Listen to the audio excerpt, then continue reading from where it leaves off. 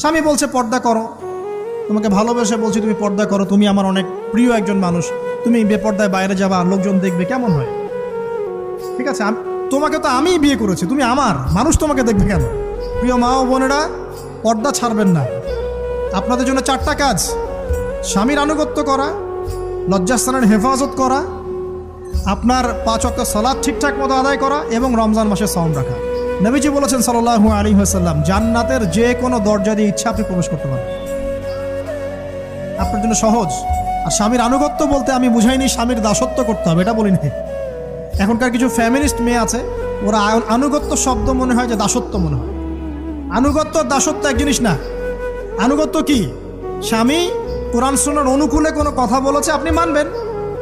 স্বামী বলছে পর্দা করো, তোমাকে ভালোবেসে বলছি তুমি পর্দা করো, তুমি আমার অনেক প্রিয় একজন মানুষ, তুমি বেপর্দায় বাইরে যাবা, লোকজন দেখবে, কেমন হয়? ঠিক আছে, তোমাকে তো আমিই বিয়ে করেছি, তুমি আমার, মানুষ তোমাকে দেখবে কেন? ঠিক আছে, তো এখন স্বামী ভালো কথা বলেছে, আপনি শুনলেন, এটা আনুগত্য।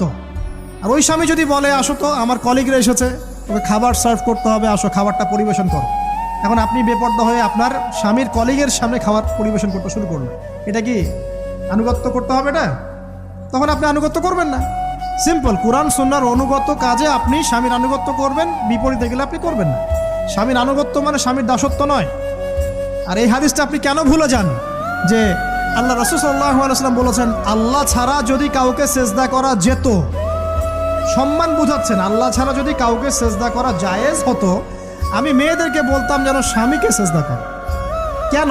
কারণ আপনাকে রেসপন্সিবিলিটি, আপনার খাবার, আপনার ফুড, আপনার শেল্টার, আপনার মানে পুরো দায় দায়িত্ব নিজের হাড় ভাঙা পরিশ্রম দিয়ে, জীবনের ঝুঁকি নিয়ে স্বামী আপনার জন্য করে। সে আপনার সম্মান পাওয়ার যোগ্য তো? সে কি আপনার সম্মান পাওয়ার যোগ্য নয়? আপনি যদি সম্মানের হক আদায় না করতে পারেন তাহলে আপনি অকৃতজ্ঞ। আর অকৃতজ্ঞ মেয়ে কখনো জান্নাতে যাবে? একটা হাদিসে আছে, বেশিরভাগ মেয়ে জাহান্নামে যাওয়ার অন্যতম কারণ হচ্ছে তারা স্বামীর সাথে কুফরি করে। কি করে?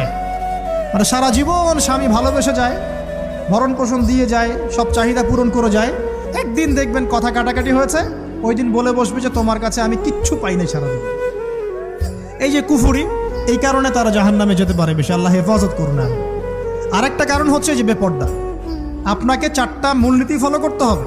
1, এমন কোনো পোশাক পরবেন না যে পোশাকটা আটো সাটো, যেটা পরলে আপনার গায়ের কাঠামো বোঝা যায়। এটা বোরখা হলেও পরা যাবে না। আমি কি বুঝাতে পারছি? ডিজিটাল বোরখা দেখেন নাই? দেখছেন? মাশাআল্লাহ।